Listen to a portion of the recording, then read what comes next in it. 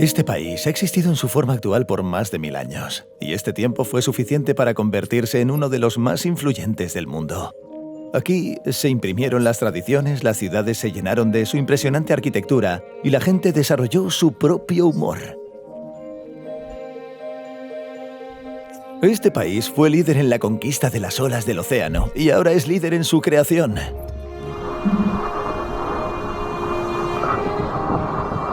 Con su increíble Hogwarts, es en realidad líder en educación. Y esto no es una película, sino un día cualquiera en una universidad de Oxford. Digamos que mi comedor universitario era un poco más sencillo, y líder en la ayuda a Ucrania. Al ayudar a Ucrania no solo pensamos en el presente, sino también en el largo plazo. Así que me embarqué en este viaje para intentar comprenderlo todo y mostraros la verdadera Inglaterra.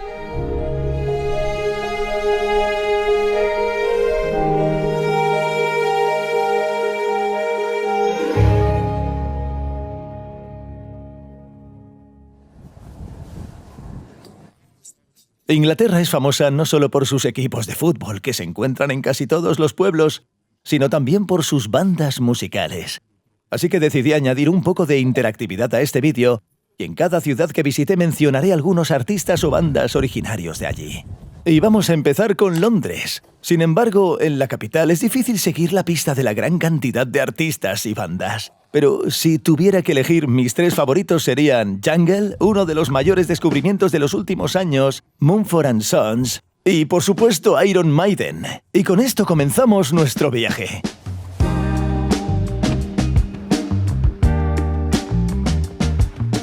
Todo empezó cuando finalmente el tiempo mejoró y mi amigo Igor, que estaba en Londres por negocios, y yo decidimos hacer un pequeño viaje por carretera durante el fin de semana. En tan solo media hora el paisaje urbano se transformó en una campiña inglesa inusualmente verde. Y considerando que era la primera vez que cualquiera de los dos visitaba Inglaterra fuera de Londres, fue todo un contraste.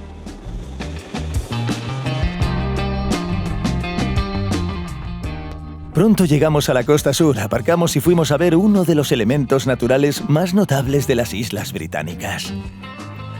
Acantilados de tiza con vistas al Canal de la Mancha, o como lo llaman los franceses, La Mancha.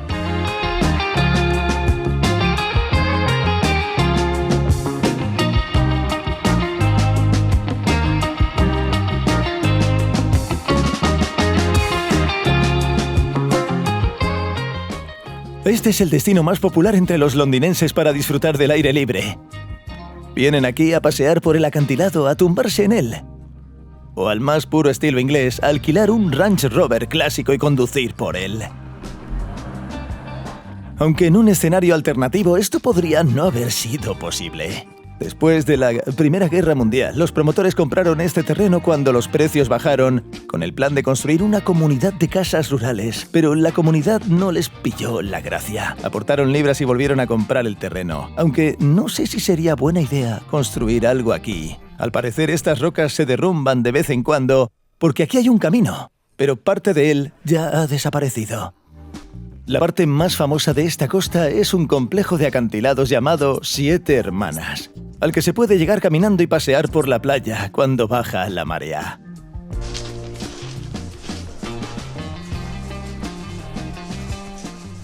Para ser sincero, no sé qué más decir de este lugar. Rocas blancas, césped verde encima y esta playa de piedras abajo.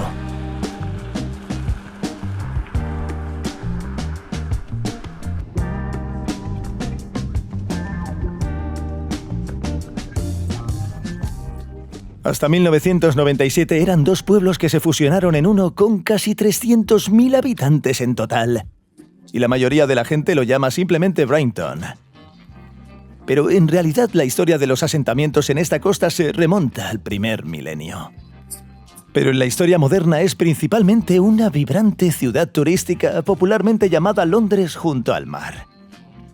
La gente viene, monta fiestas, viene el fin de semana. Y las celebridades británicas compran propiedades aquí, que en el promedio son de las más caras del reino.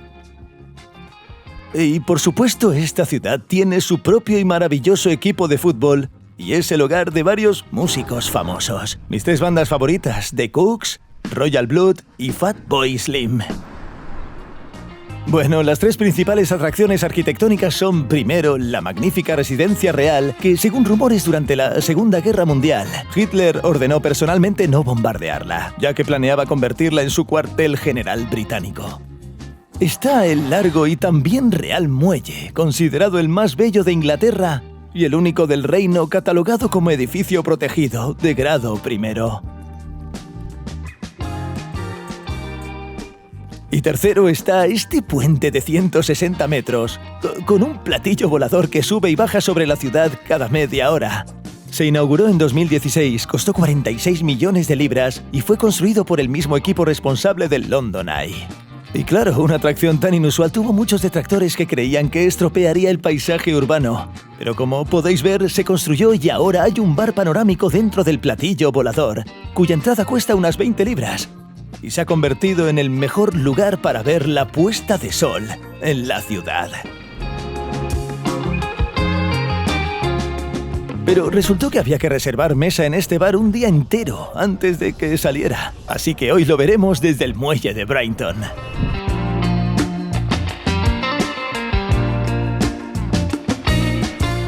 Bueno, siendo sinceros, la ciudad en sí no merece la pena el viaje. Estábamos cerca, en las laderas de las Siete Hermanas, y decidimos pasarnos. En realidad es un complejo turístico, parece ideal para quienes disfrutan de todo tipo de vacaciones en la playa y resorts.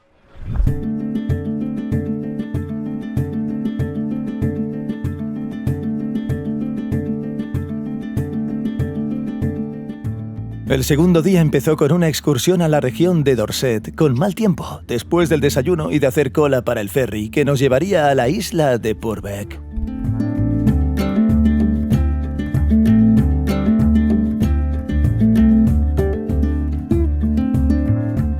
Esta península es famosa por su pintoresca costa sur, el primer sitio natural de la historia declarado Patrimonio de la Humanidad por la UNESCO en el Reino Unido. Hay contrastes increíbles en el Reino Unido. Por ejemplo, en el aparcamiento de nuestro siguiente destino hay un parquímetro moderno que solo acepta efectivo y monedas. Y a la vuelta de la esquina hay un pub antiguo súper auténtico que solo acepta tarjetas.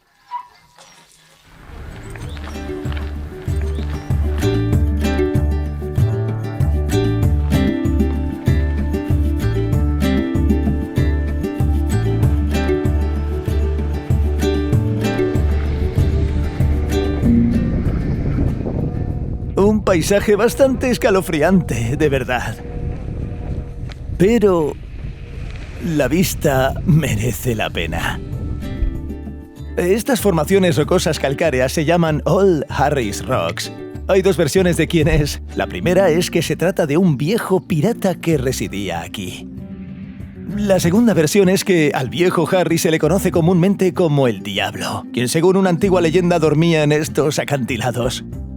Pero independientemente de quién duerma allí, es un lugar extremadamente pintoresco, parte de la llamada Costa Jurásica. Y este relieve de tiza me impresionó mucho más que las famosas Siete Hermanas. Un dato interesante sobre estas rocas es que durante la Segunda Guerra Mundial los pilotos de caza británicos practicaron su puntería en ellas. Bueno, en otras palabras, puede decirse que este relieve también contribuyó a la lucha contra el fascismo. Y ahora los pilotos de drones practican aquí sus habilidades de filmación, así como los pilotos de motos acuáticas y varios tipos de kayaks. Y todo tipo de viajeros alocados practican sus habilidades de caminar por estrechos senderos rocosos.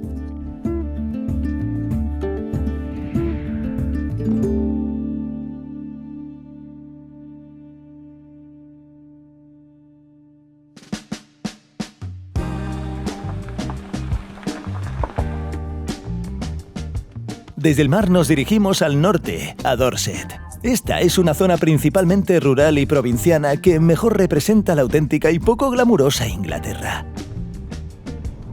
Bueno, señor conductor, ¿qué le parecen las carreteras rurales de las afueras de Londres? Ahora nos dirigimos hacia carreteras más pequeñas que son carreteras secundarias.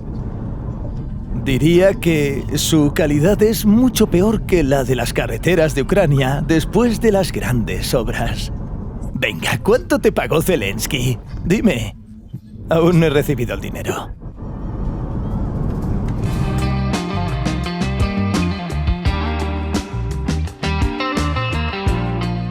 A través de un laberinto de caminos rurales y pueblos ingleses, llegamos a uno de los monumentos artificiales más misteriosos de Inglaterra, del que aún se desconoce quién lo construyó y por qué.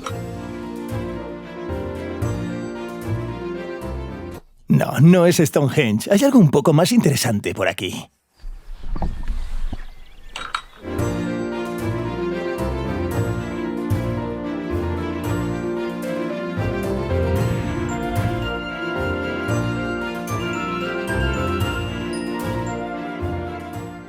Bajo la verde hierba de Dorset, y de hecho por toda Inglaterra suele haber tiza blanca como la nieve. Por eso este caballero gigante en actitud de lucha no está pintado, sino tallado directamente en la ladera. No, y esto no es algo moderno. La primera mención data del siglo XVII. Hay dos versiones sobre el origen de esta obra de arte. La primera es cómo los antiguos habitantes de estas tierras representaban a Hércules. La segunda versión es que en algún momento del siglo XVII alguien simplemente creó esta imagen con tiza por diversión. Y en mi opinión, ambas versiones son simplemente preciosas. ¿En qué otro lugar podría encontrarme con una chica que se mudó de Kharkov y que también vino a admirar este hermoso monumento? Oye, ¿cuál es tu impresión general de esta obra de arte? No podía ver todo sin mis gafas. Estoy muy impresionada. Estoy muy impresionada. Este lugar parece creado para todo tipo de situaciones embarazosas y anecdóticas. Por ejemplo, las alemanas que vinieron a verlo no podían sacar buenas fotos con sus iPhones, así que me pidieron que les enviara las que tomé con mi dron. Podría decirse, la primera foto de un pene que le envié a alguien. Este Hércules se encuentra sobre un pequeño pueblo llamado Cernavas. Es un pueblo inglés muy pequeño, con solo una calle para pasear. Y parece que la gente debería estar un poco molesta por tener un pueblo tan bonito con una abadía muy antigua. Arquitectura genial, pubs, pero todo el mundo viene aquí porque hay un hombre pintado con tiza, con un pene enorme. Bueno, pero aquí lo tratan con ironía británica. Los pubs llevan el nombre de este gigante y además celebran auténticos festivales temáticos. En 2008 lo repintaron ligeramente con tiza para que los turistas pudieran verlo mejor, porque por muy extraño que parezca, este monumento es muy popular y parece confirmar las palabras de Daria del vídeo anterior. Es nuestro, es local, es de la comunidad, no se lo daremos a nadie. ¿Me entiendes? De hecho, se pueden encontrar muchos de este tipo de gráficos tallados en tiza por toda Inglaterra, pero el gigante de Cerne es el ejemplo más extravagante. De las grandes obras de arte inglesas, llegamos a la gran arquitectura inglesa, o mejor dicho, a una calle en particular llamada Gold Hill. A primera vista no parece diferente de otros pueblos ingleses típicos, pero en realidad es un lugar muy simbólico. Esta colina en el pequeño pueblo de Shrewsbury es una de las más reconocibles de toda Inglaterra. Con su pavimento adoquinado que ha estado aquí desde el siglo XIII, casas tradicionales y vistas a verdes laderas. El hecho de que aquí se filmara un anuncio de pan súper popular que durante muchos años fue considerado el mejor de la historia de Inglaterra.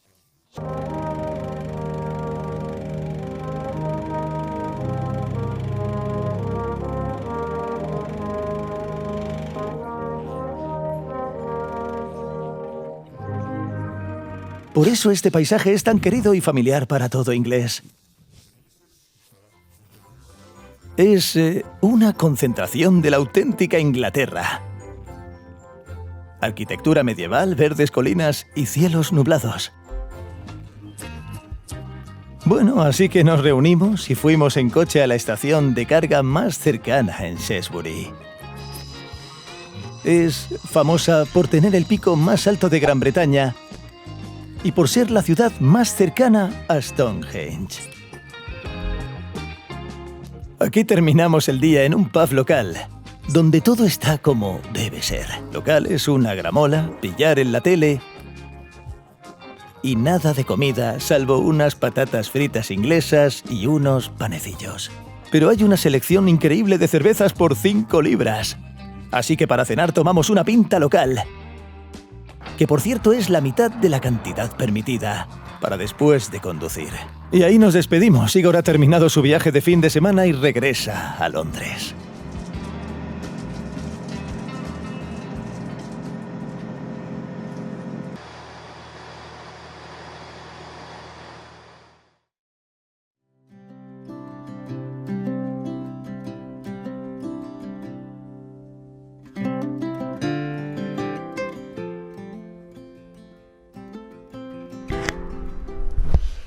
Me mudé a la pequeña y encantadora ciudad de Bath.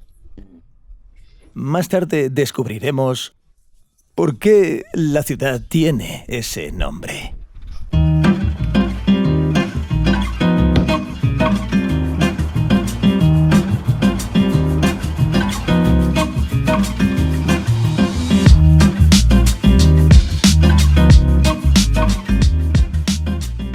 Y primero, un pequeño recorrido turístico tradicional por la ciudad.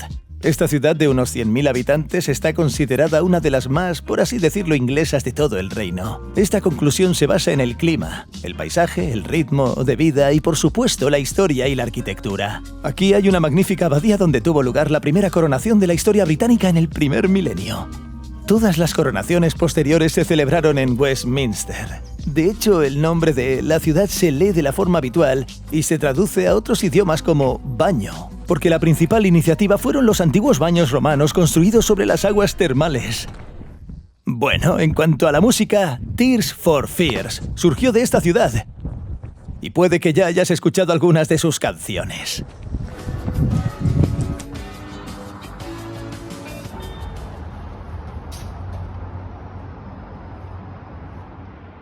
En este viaje intenté minimizar los hoteles, no solo para ahorrar dinero, sino también para sumergirme al máximo en la vida cotidiana y el auténtico ambiente de Inglaterra. Y en la ciudad de Bath tenía un apartamento muy acogedor en el último piso del ático de un edificio muy peculiar. Antiguamente era una escuela religiosa que posteriormente se convirtió en un edificio de apartamentos. Tras dicha reconstrucción, se crearon aquí pequeños y muy acogedores apartamentos, uno de los cuales alquilan mis amigos de Kharkov, Dimitro y Julia. Así que decidí preguntarles brevemente cómo viven aquí en comparación con Kharkov. ¿Que cómo es la vida aquí? ¿Ves qué clase de gente? Nadie tiene prisa. Siempre se quedan hasta tarde, siempre les gusta tomar té, pero están bien. Es una mentalidad completamente diferente.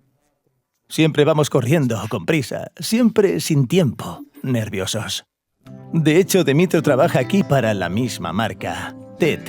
Y aquí hay una taza de publicidad indirecta como prueba. Y por cierto, me presentó a Finn O'Driscoll, uno de los principales directivos de la empresa. Y él a su vez me invitó a la oficina local de la marca y me contó cómo la empresa decidió apoyar a Ucrania más allá de la caridad, como estamos acostumbrados a ver.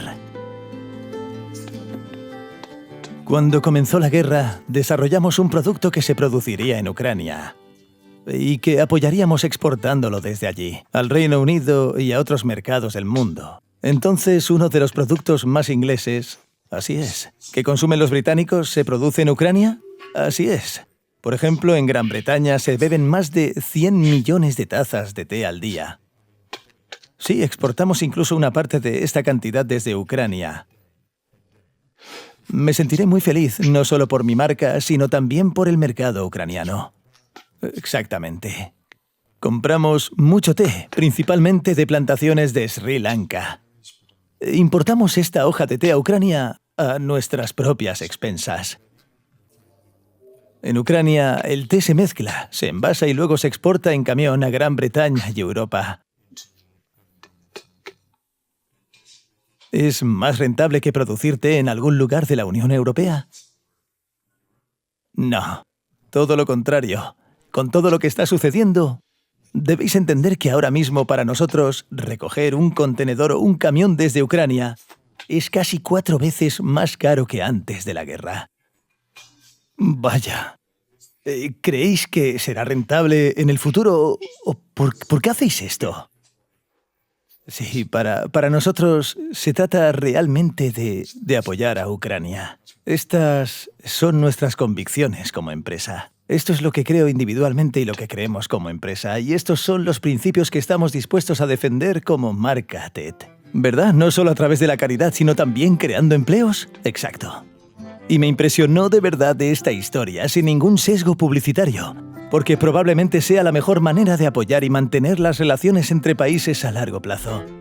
Además, la ayuda de empresas privadas, Bat se ha convertido en una de las ciudades más entusiastas de acoger a los inmigrantes ucranianos.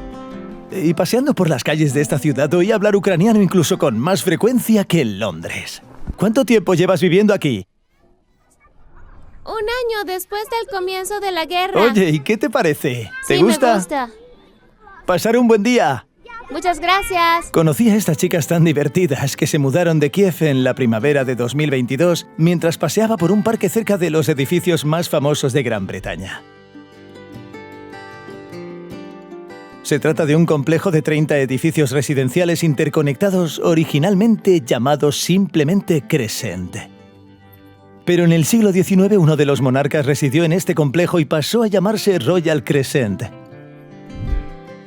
En Bath hay muchas hileras de casas interconectadas similares que parecen reptiles de piedra caliza, que se extienden a lo largo de las calles, lo que le da a la ciudad su aspecto único. No en vano todo su centro está incluido en la lista del Patrimonio Mundial de la UNESCO, y en Gran Bretaña, Bath se considera tácticamente el principal centro de la arquitectura georgiana. Las mismas termas romanas están incluidas en la lista de la UNESCO, y los fines de semana se forman grandes filas para admirar sus aguas termales. Pero pagar 23 € y hacer cola para ver unos antiguos baños donde los romanos solían tomar vapor no es mi estilo. En general, para mi gusto personal, aparte del panorama arquitectónico general, no hay mucho que ver en la ciudad. También hay un museo de Jane Austen y, por supuesto, centros termales más modernos que hacen honor al nombre de la ciudad. Pero en general, Bath es una ciudad bastante conservadora y casi perfecta, estropeada únicamente por enormes montañas de basura que a veces se acumulan cerca de las casas, ya que la basura se recoge una vez a la semana y los residentes simplemente la sacan al patio para que no se acumule dentro de casa. Este es uno de los principales problemas cotidianos en varias ciudades de Inglaterra, lo cual no encaja del todo con la refinada aristocracia del reino.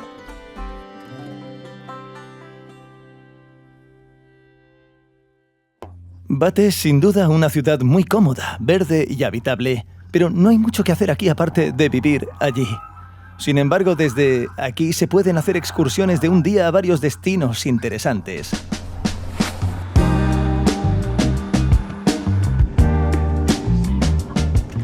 A partir de ese momento viajé exclusivamente en transporte público, principalmente en tren.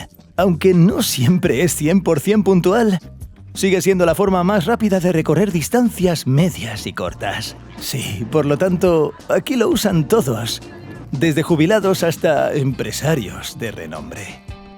Aquí, a diferencia de, por ejemplo, Ukrzaliznytsia, no hay problemas de inclusión. Todos los viajes son accesibles para ciclistas, dueños de mascotas y personas con discapacidad. Pero existen otros problemas. En primer lugar, obviamente, el precio. Los viajes regionales cortos cuestan a partir de 20 libras y cuanto más alejadas están las ciudades y mayores la demanda, esta cifra puede superar las 100 libras. En segundo lugar, por defecto la reserva de asientos no está incluida en el precio, por lo que en los destinos más populares hay que pagar para conseguir ese dinero. En tercer lugar, existe una larga tradición de huelgas laborales, durante las cuales se paraliza el trabajo en ciertas zonas. Los lugareños ya están acostumbrados y simplemente usan el autobús llegando a sus destinos con cierto retraso.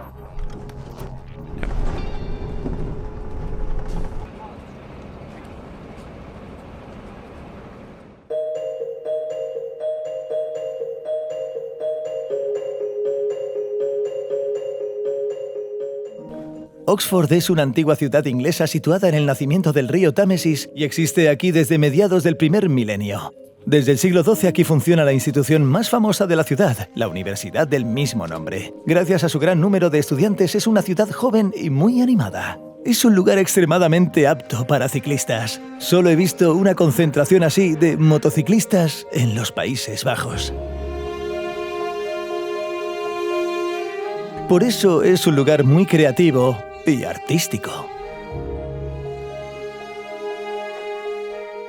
Muchos artistas musicales comenzaron su carrera aquí. Falls, Glass Animals y los famosos Radiohead son originarios de aquí, y todo esto se enmarca en la arquitectura sajona, gótica y neoclásica. Obviamente hay muchos edificios y elementos interesantes y únicos.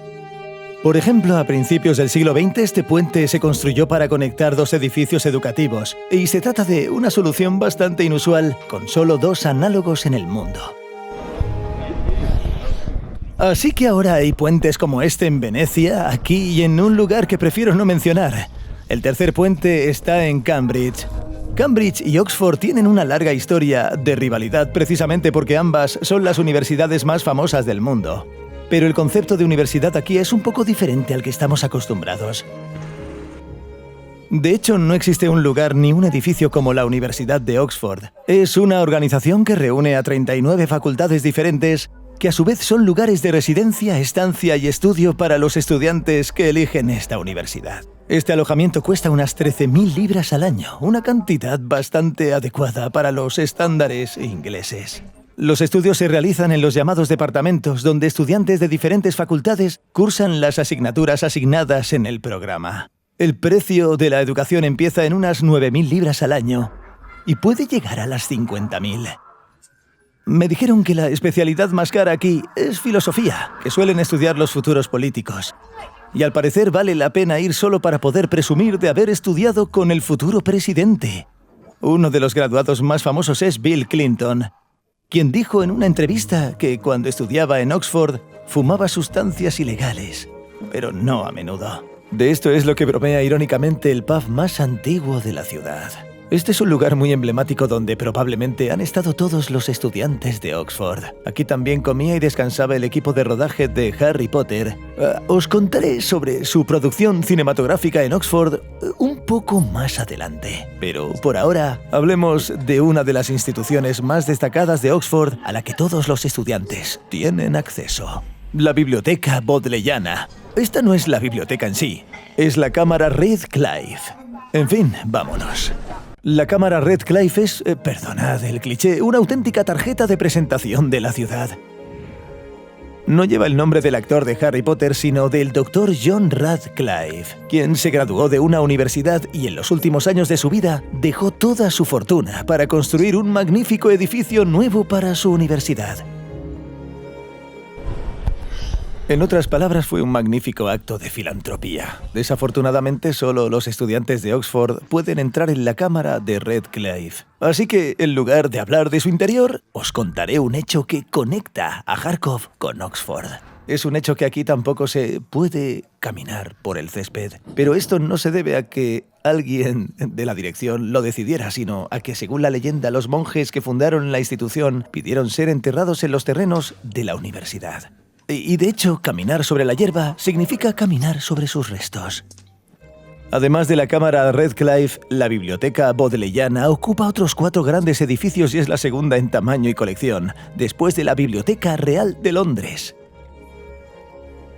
Y aquí otro dato, solo hay 2 estatuas de personas en la plaza principal de la Biblioteca Bodleiana, William Herbert y en algún lugar alto el rey Jacobo VI. El primero gastó una cantidad increíble de dinero en la construcción, mientras que el segundo donó solo 2 de sus libros a la biblioteca, que ahora lee. Pero simplemente no pudieron evitar expresar su amor por el monarca. A pesar de su apariencia de museo, es una biblioteca de investigación en pleno funcionamiento, donde se estudian diversas materias en diferentes edificios o escuelas. El edificio más nuevo de la Biblioteca Bodleiana se inauguró en 2015 y en términos de arquitectura es un edificio completamente diferente, con 11 plantas, 3 de las cuales son subterráneas. Pero el objetivo en principio es el mismo, preservar miles, cientos de miles o millones de libros, revistas y periódicos que se han publicado en este país a lo largo de los años. En total, 13 millones de ejemplares impresos se almacenan en todas sus bóvedas, incluyendo originales muy raros de autores ingleses. Y nadie puede sacar libros de las salas de lectura bajo ninguna circunstancia. Incluso cuando el rey Carlos I pidió llevarse algo a casa en 1645, se lo denegaron. La Biblioteca Bodleiana también alberga uno de los edificios más famosos de Oxford. Esta es la llamada Escuela de Divinidad, la sala más antigua utilizada para la enseñanza.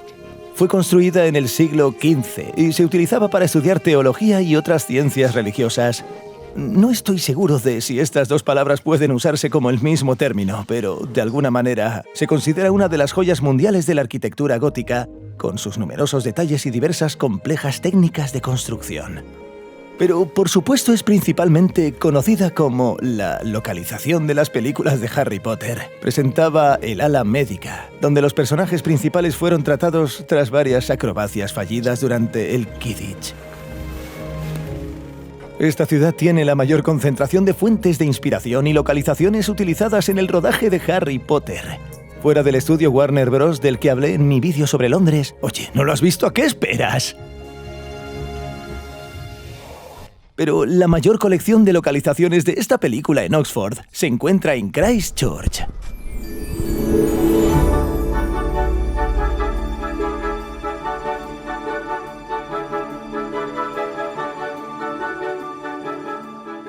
Sí, Christchurch es una de las universidades más famosas e impresionantes de Oxford. Y con un nombre como ese, resulta bastante sorprendente que fuera la 13ª universidad que se fundó en la ciudad.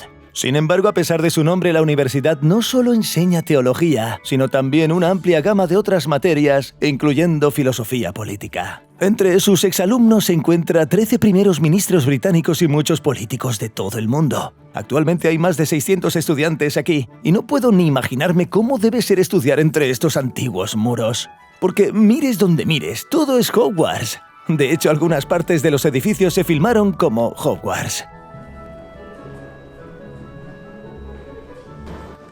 En primer lugar, esta escalera se usó para filmar la escena en la que Harry Potter y sus amigos fueron recibidos en Hogwarts por la profesora McGonagall.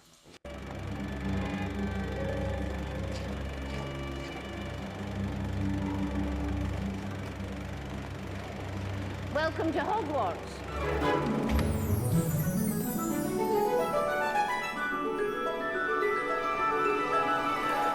Bienvenidos a Christchurch. Si vienes aquí al final del día y captas un momento en el que no haya turistas, parece bastante auténtico. En segundo lugar, algunas escenas se filmaron en el patio y en los pasillos del colegio. En particular, escenas de la primera película, cuando Harry Potter fue reclutado para el equipo de Quidditch y Harry observó los logros deportivos de su padre.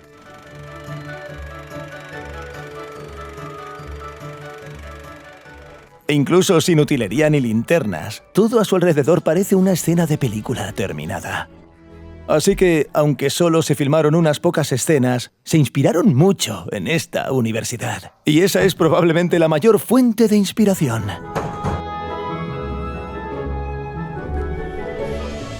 Este es el gran salón de Christchurch, y el concepto es el mismo que en la película. Largas mesas donde comen los estudiantes, aunque no están divididos por profesores. Grandes vidrieras, techos altos y retratos de figuras prominentes de la universidad. Es muy sorprendente ver fotografías modernas entre dibujos antiguos, como si uno de los estudiantes decidiera divertirse y colgara una foto de su familiar.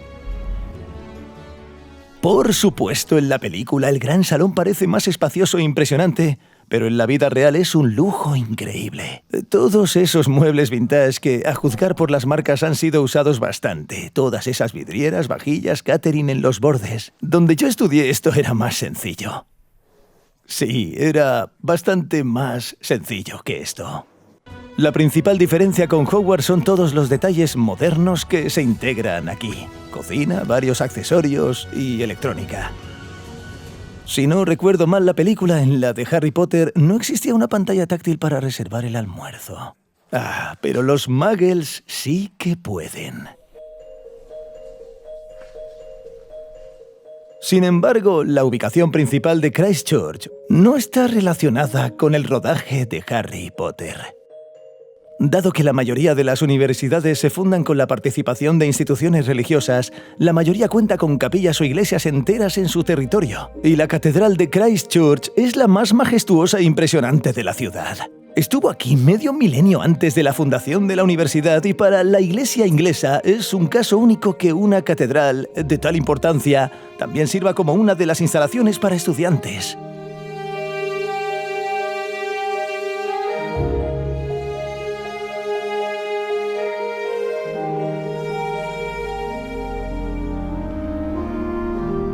Nunca me había impresionado tanto la arquitectura gótica como en Christchurch. Bueno, yo planeaba estar solamente 1 hora, grabar y luego seguir adelante. Pero al final me quedé aquí 3 horas, hasta que empezaron a cerrar todo a los visitantes.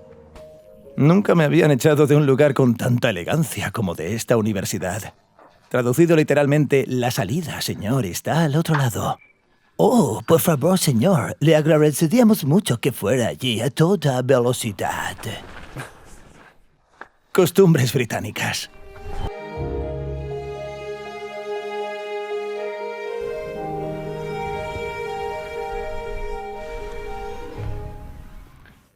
Hoy planeaba visitar otro lugar donde se filmó Harry Potter.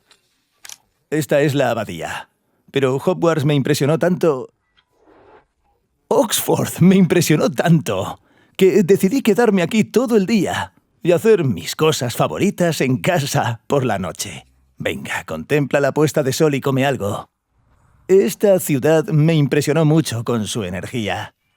No suelo usar este término esotérico y subjetivo, pero hay algo muy especial en esta mezcla de arquitectura, gente con estilo y diversión estudiantil. Así que, sin duda, es uno de mis lugares favoritos para visitar en Inglaterra. A continuación, nos dirigiremos a una ciudad un poco más grande, cerca de Bath.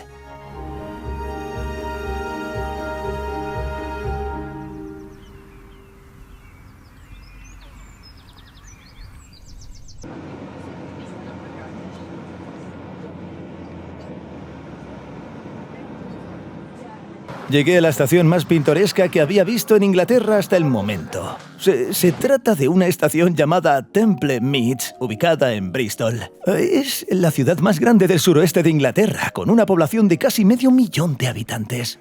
Una ciudad con una rica historia marítima. En particular alberga el primer barco de vapor de la historia en cruzar el Océano Atlántico. Lamentablemente la entrada estaba cerrada hoy, así que tuvimos que verla desde el aire.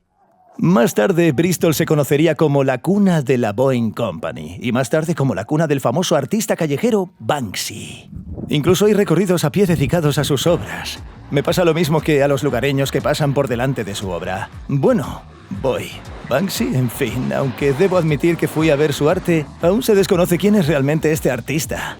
Y es absolutamente asombroso mantener tal nivel de anonimato, porque su obra ha trascendido los muros de Bristol desde hace mucho tiempo. En particular, varias de sus obras aparecieron en los muros de Irpin y Borodianka. Independientemente de la opinión que se tenga sobre las obras del artista, sería inútil negar la influencia cultural global de este artista de Bristol. Bueno, en cuanto a la música, la famosa banda de trip hop, Massive Attack, es originaria de aquí. Por cierto, una de las hipótesis sobre la personalidad de Banksy es que es uno de los miembros de esta banda. Pero no estamos aquí para chismes. Si tuviera que describir Bristol en una palabra, sería diversidad. Aquí el arte callejero convive con catedrales y carteles de Partido Socialista Británico. La ciudad es muy deportiva, divertida y creativa a la vez. Hay 2 universidades con 50.000 estudiantes y Bristol es considerada una de las mejores y más seguras ciudades para familias. Me gusta que haya cierta empatía aquí. La situación en nuestro país es muy difícil, hay una guerra y puedo ver cómo la gente común, digamos la clase baja, que no gana mucho, está feliz de ayudar a nuestra gente y es muy abierta hacia nosotros. Ivana y Yegor son médicos y llevan más de 5 años viviendo en Inglaterra. Vivían cerca de Brighton antes de mudarse aquí, pero nos reunimos con ellos para tomar un café por la mañana y conversar sobre sus impresiones de la brumosa Albion y su gente. Se preocupan mucho por su naturaleza, sus tradiciones, sus animales. Aquí no verás ningún perro o gato callejero y aún así no tienen muchos refugios para animales. Para ellos no es práctico ni vale la pena adquirir una gran cantidad de perros de raza pura. Pensarán, sí, vamos a, ¿cómo se llama? Cuando ¿Adopción? Adoptar un perro. Sí, se considera algo muy apropiado y lo prefieren por encima de la raza. Bristol es también uno de los referentes de la urbanización moderna. Y al igual que Oxford, es una ciudad extremadamente amigable con la bicicleta. El proyecto de la Red Nacional de Ciclismo comenzó en esta región. Una de las rutas más famosas y una vía ciclista directa y exclusiva va de Bristol a Bath. Una carretera que se puede recorrer en tan solo 40 minutos. Las autoridades municipales están intentando desarrollar esta zona y fomentar el ciclismo. Existe un programa para el personal sanitario llamado NHS Cycle Scheme, donde se puede obtener un préstamo sin intereses para comprar una bicicleta. Aparcamiento gratuito, reparaciones y formación. Sin duda lo necesario para pasarse a la bici, ¿eh? De lujo. Sí, y además añaden un pequeño porcentaje y te devuelven el dinero. Así que sí, en esta ciudad incluso pueden pagarte un poco más por llevar una bici. En estas condiciones probablemente sea posible vivir. En general es una ciudad muy moderna y acogedora, con paseos marítimos impecables, establecimientos elegantes y varios museos. Pero hubo algo que me interesó mucho en particular.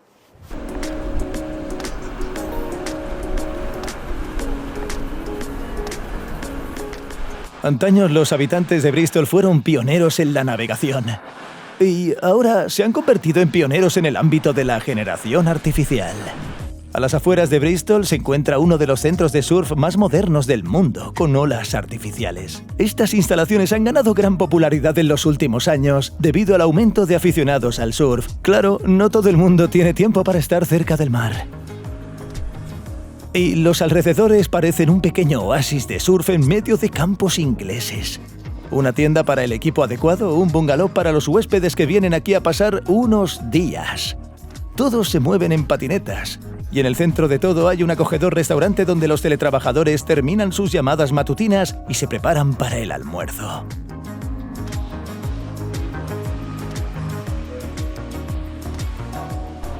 Así que toda la magia ocurre en este misterioso cilindro blanco, del que ninguno de los empleados se atrevió a hablarme, porque es propiedad intelectual de la empresa Wave Garden. La empresa afirma que su sistema consume de media 10 veces menos energía que un sistema neumático tradicional. En resumen, su funcionamiento es el siguiente. En la neumática, el agua entra en una cámara especial y luego sale de ella, creando así una ola. Pero este innovador sistema utiliza un conjunto de varios paneles sincronizados que generan una ola del tamaño adecuado, y al volver regeneran parte de la energía mediante un sistema llamado recuperación. Y hay muchísimos parámetros diferentes. Este sistema puede crear hasta 30 tipos de olas diferentes para cualquier nivel de surf. Cuando empieza a generar una ola, crea un viento decente, casi oceánico. Así que tiene muchísima potencia. Sí, y yo por supuesto vine no solo para observar esta potencia, sino también para probarla.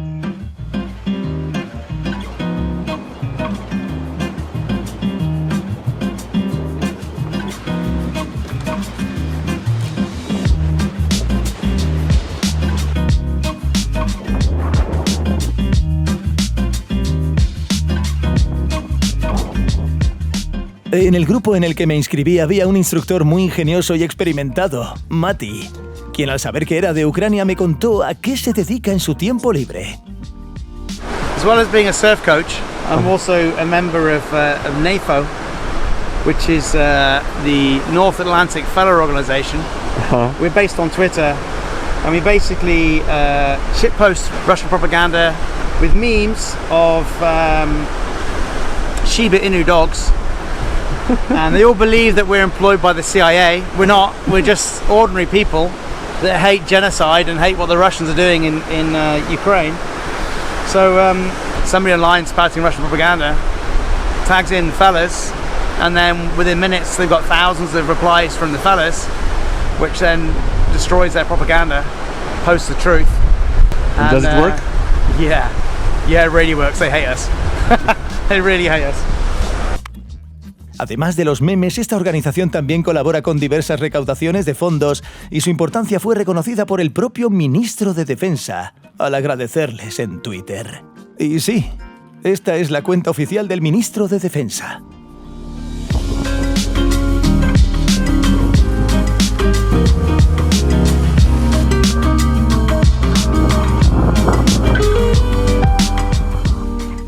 Bueno, agradezcamos a los chicos y volvamos a navegar. Por cierto, sobre el precio. Este placer cuesta mucho dinero. 72 libras por una sesión con un instructor. Pero sin instructor, una sesión de 1 hora cuesta 55 libras. Y si se hace otra sesión el mismo día, cuesta la mitad.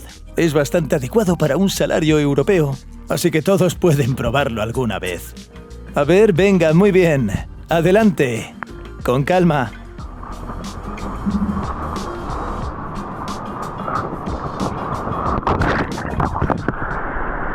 Y así todo el día.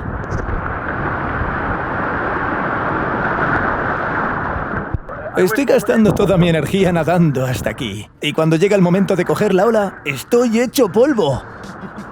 Pero Matthew no tenía intención de dejarme sin olas, así que con su apoyo logré surfear un poco.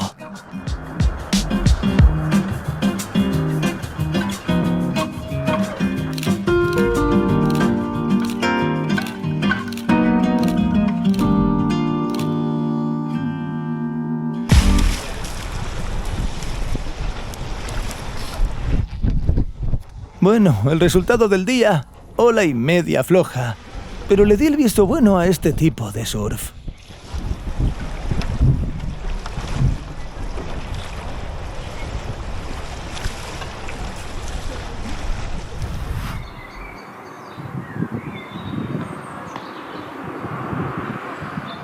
Y para compensar las calorías que gastamos, volvimos de las afueras de Bristol a las afueras de Bath.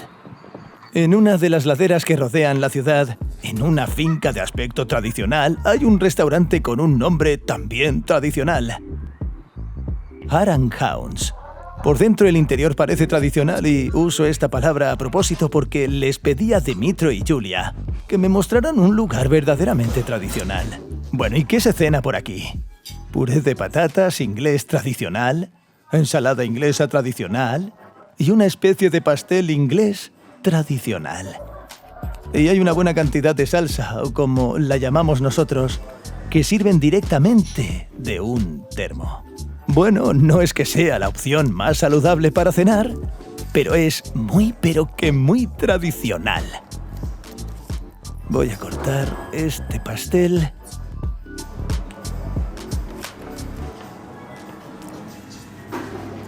¿Qué puedo decir? Suculento, casero, pero el sabor es un poco monótono y aburrido. Solo masa, pollo, champiñones, salsa, puré de papas y ensalada. Es como si tu madre estuviera de mal humor y te hubiera preparado algo para que comieras y la dejaras en paz. Y claro, todo esto no es barato. Esta comida costó 18 libras. Para ser justos, no es el sitio más barato y mirando hacia el futuro, todavía quedan experiencias gastronómicas mucho más económicas y no menos tradicionales por venir. Y por ahora un último paseo corto por Butami al atardecer y luego es hora de dar por finalizado el día porque mañana va a estar muy ajetreado.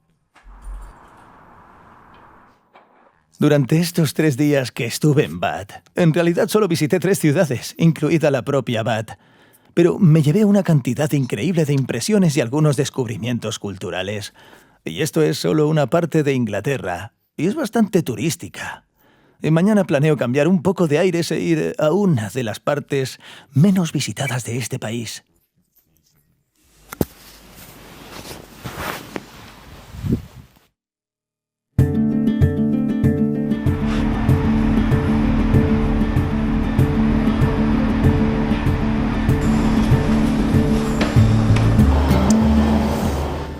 Viajar en trenes británicos no es barato, y el tren que estoy esperando ahora cuesta 112 libras.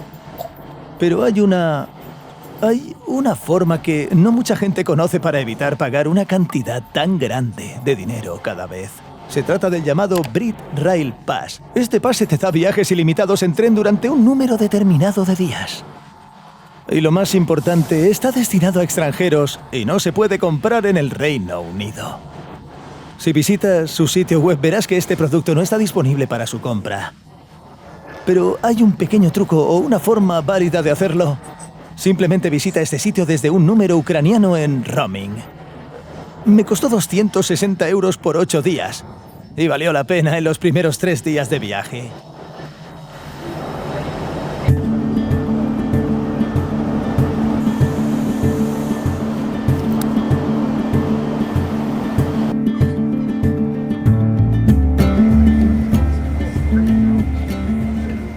En 4 horas este tren me llevará a una región muy pintoresca llamada Cornualles. Y este viaje está increíblemente lleno de lugares, eventos y conocidos interesantes. Y decidí que, en caso de que decida dividir este vídeo en 2 partes durante la edición, quiero registrar algunas conclusiones provisionales. Estoy realmente impresionado con Inglaterra. Es un país con un sabor único y, por supuesto, con sus propios matices. No solo los paisajes son hermosos, sino que también hay muchos problemas con la basura, la pereza y la extraña actitud de los lugareños. Pero lo que más me complace es que creo que Inglaterra apoya a Ucrania, lo más sinceramente posible, sin ninguna motivación.